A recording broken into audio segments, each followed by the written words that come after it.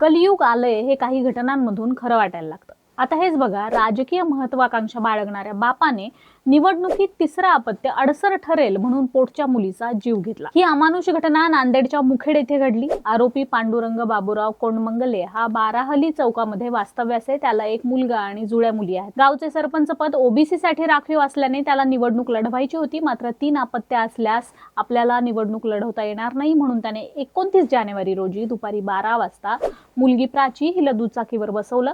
नांदेडला जातो असं पत्नीला सांगून तो तेलंगणाच्या कडपल्ली रस्त्यालगत असलेल्या कॅनॉलमध्ये प्राचीला फेकून देऊन मुखेडला परत आला। प्राची पाण्यात बुडून मृत पावल्याचे आजूबाजूच्यांना कळाल्यानंतर तिला बाहेर काढण्यात आलं।